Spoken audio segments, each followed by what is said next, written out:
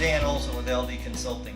Here to talk to you today a little bit about the Internal Affairs 201 class, which obviously is a follow-up to the 101 class. And if you haven't taken the 101 class, you'll need to do that. That's a prerequisite for this class. So today we're here talking to Kim Humphrey a little bit about the 201 class and how we developed it and why we developed it as a follow-up to the 101, obviously. Kim is the instructor. We've been doing the 101 class now for some time, and we've learned a ton from the folks that attend that class about what they want, what they need, and very interactive format. So in the 201 class, what do we do to follow up that 101 course? Well, certainly when you do a 101, you think of basic. You think of, getting the basics down, making sure you know how to do from the first step to the last step to make sure you can actually put the investigation together and be comfortable and feel that it's supported and move forward with it. The 201, though, gives us an opportunity to take that to the next level, to talk about more complex investigations, to be more hands-on, literally starting from the very beginning of here's the issue and working through that entire process and producing at the end essentially a finished product, an investigation. Now, one of the things unique about this class is the fact that it's scenario-based, scenario-driven. So they're going to get that, they've already been through the 101 class, so we're going to review that a little bit. But they're going to get a scenario that they're going to work through possibly with a partner in the first day or two.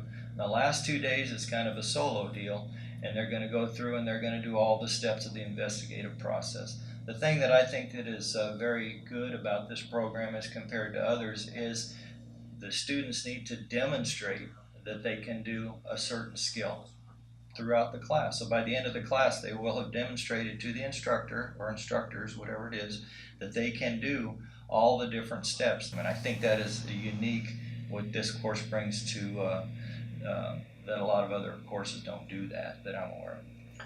Well, I think you're going to feel a lot more comfortable going back and being able to actually do these investigations and feel like you really do have the skills. We put this together for people who really want to dig in, learn how to do this, and then put it together and demonstrate that they actually can do it. Okay, so when folks finish up this course, they will receive the Professional Standards Investigation Certificate, which is kind of a unique certificate. Basically, the 201 class is 4 days. That's 32 hours. That's on top of the 24-hour class that they had for the introductory course. So we're getting a lot of learning and a lot of information for these folks. And the fact that they can demonstrate that and they have earned that certificate, I think, will mean a lot to their peers and to their bosses and, more importantly, to them. Yeah, I hope so. I think that people will find that they go through this class, they'll not only learn from obviously the scenario and the instruction and all of that, but one of the unique things about these courses is they bring in a lot of diversity, people from a lot of different agencies. Yep. And having the opportunity to hear from each other, learn from each other, see what's happening in other agencies around the country is also extremely helpful. So the networking is huge. I'm glad you brought that up. Networking potential is huge. And also the students benefit from the fact that you and I travel around the country doing classes all over, and we get a perspective of what the national trends are, what's going on in other agencies. A lot of people aren't going to get that because we all kind of work in our own little bubble, but they get that too, in addition to the networking that they get in the class. Yeah, I think one of the things that I really appreciate about this is that, at the end of it, you may go back and not experience one of these complex investigations for a couple of years, and then one day something comes up and you really are thinking, well, we've never had anything like that. Well, one of the best things you'll walk away with is a list of all these other folks that you can walk down that list and say, you know what, I'll bet you these guys have dealt with that, and you can give them a call or you can give us a call. And the reality is there's a lot to these investigations, but there's also a lot of commonality. And if you can learn from each other and be able to walk away from this feeling comfortable that you know how to do these things or where to get the answers, that's really, really what's beneficial. We've talked in general about what they're going to learn when they come to the class. Maybe you could give us specifically maybe some bullet points on what you're going to be going over. So we'll not only do a review, go back a little bit over the basics, but we'll jump into how to investigate and identify the elements of complaints, making sure that you can demonstrate a working knowledge of the legal issues that are associated with different types of cases that are related to misconduct investigations. Implementing the steps of a misconduct investigation. It's one thing to understand it, but how do you actually do each step of the investigation? Formulating that notice of investigation or whatever it is that you call that, and actually doing that, creating an interview matrix and putting together the data points that you need to make sure you cover, documenting your interviews, documenting the procedure. What do you do with your working papers, the information, your notes, things like that? How do you handle that?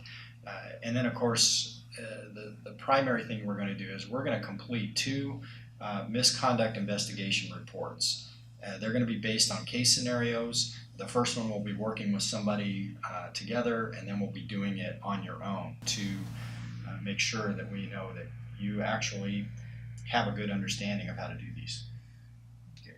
And that's one of the biggest issues that I saw when I was working in PSB is interviews. People would not have a plan for their interview. And you talked about data points.